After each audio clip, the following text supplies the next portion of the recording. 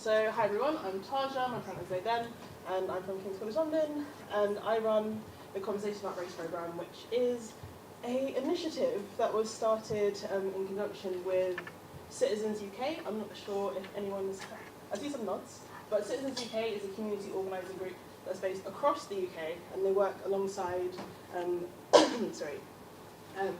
people within all populations trying to advocate for change within their communities.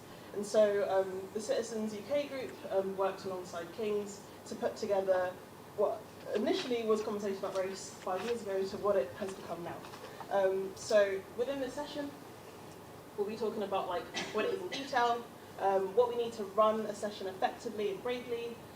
We're going to do a very mini session. I don't know, well, 15 minutes, we'll see what we can do. And then thinking about how we can utilise the student voice for university-wide action in your own contexts. So, Conversation About Race, as I said, is a programme that is across the entire faculties of King's. So we've got 9. We also have specific sessions that are run in the departments within those faculties. So it's got all college-wide reach. In those sessions, they're split into 3. So we have something, just need this for the next slide. Yes, we have the universal mapping session, which is aimed at all attendees to enter. It's a session where we understand where participants, so staff and students, think their faculties or departments are at in terms of racism, whether or not they think that they are doing really, really well, they don't need any support, or whether or not they know that they've experienced things within, for example, seminar spaces within the campus itself that has led them to believe that actually they do need that support. Something that I created 2 years ago was this BME specific utopia building session. So as I'm sure many of you in this room are aware, experiences of race and racism are not felt unilaterally. We have students who have experienced things on campus or just within London generally who have complete different ideas of how King should be approaching racism and anti-racism compared to, for example, students and staff members who don't have any lived experience in that or who have only seen one specific side of how things can be. And so this session was created just aimed at those who identify as BME or whatever term they prefer to use. So at King's we use BME, it's not the term that ends up being used in the session itself, but it's how we have to advertise it.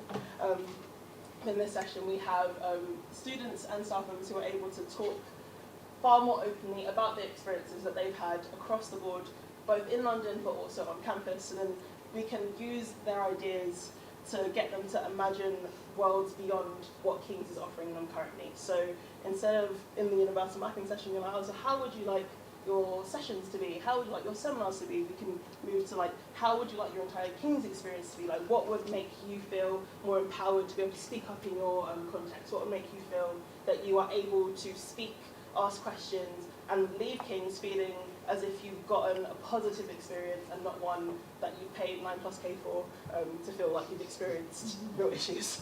And then finally we have the universal action planning session again, where we bring everyone back into a space. This has all been done online so far. As we speak right now, actually, there's a session happening that a colleague of mine is covering for me on. But in the Universal Action Planning session, we utilise the notes that come from the Universal Mapping session and the Utopia Building session to essentially create case studies that we get people to practice in real time. So, for example, there could be a situation where a student has said that, and I'm sure this isn't going to sound very out of ordinary to anyone in here, but for example, they might have said in a seminar, someone looked at how I was dressed and they said, oh, people dress like that where you're from, yeah? Things over the top, generalizations, and we use those quotes and we create whole case studies where we ask people to then figure out ways in which you can, one, practice combating things that happen in real time, so you can practice it and feel confident to do it when it inevitably will happen. So then you can also think about longer term steps of what you would do to mitigate these things happening in the future. So you're looking at the short term and the long term, and also ultimately using community organising principles to make sure that you're never working alone, because obviously we're all stronger when we work together. This is where we're going to get interactive, so you're going to work in little groups here. But something that's really important in these sessions is setting collective agreements. So obviously when we're talking about race and racism and anti-racism, we need to make sure that people in the room feel safe enough to be able to share their experiences if they want to, and also feel safe enough to be challenged on things that they have thought outside of the room and they brought into the room, and thoughts that they would like to share just in general. And so in this space, at the beginning, before we start anything, before anyone says their thoughts and opinions, we have this here. This is using Jamboard, but Jamboard's actually getting taken out now. So now we're going to use Microsoft Teams and whiteboards, and also Post-its in a live setting. But in your little groups, and I think maybe if you can get 5 or 6 of you to make it a bit more realistic, I want you to have a think about what you personally would need to feel safe to share your opinions and thoughts if you were in a session where you had to discuss anti-racism and racism within your specific context. So I'll give you 1 minute, 2 minutes. How much time have I got? 2 minutes. Some things that we try to always make sure get shared in this collective agreement setting space is this idea of leaning in and leaning out. Have you heard of that before? So for those of you who haven't, it's the idea that if you find that you're someone who talks a lot, tends to come up dominate conversations because you've got loads of ideas and you want to share them, that's great. But in this space, it might be better to give other people space to also share their views, so lean out. And if you're someone who doesn't really speak a lot and you're more of the listener, try to be a little bit braver and step forward and say some things so then your voices are heard as well. Because in spaces when we're trying to imagine worlds where we can dismantle racism from the root, then we need to make sure that we're hearing everyone's ideas and not just ideas from the people who are the loudest. So we're going to do a really very small mini universal mapping session. So again, in the same groups as before, you've already set your own little ground rules amongst your groups. I'm gonna ask you a question, and so I know some of you might not know each other, so you might not feel very comfortable talking about your context, but whatever you are comfortable talking about, please do. What I'd like you to, it's gone over. Okay, well, what I'd like you to talk about in your group is how strong is your own feeling of belonging and inclusion within your context, so whether or not you work in the professional services side, academic side, and can you identify some things that make you feel this way, is what it says. So in the same groups that you were in before, have a little chat. Okay. So just to round up in the end here, to talk about the student voice.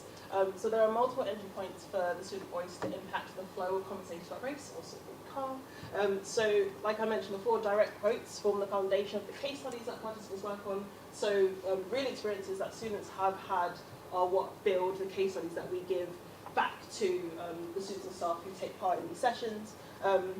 As I mentioned, there's a session happening right now that's happening in our history department, where a training session was developed by myself, where we are now teaching students how to deliver these sessions in their own context, so at departmental levels as well as in faculty level.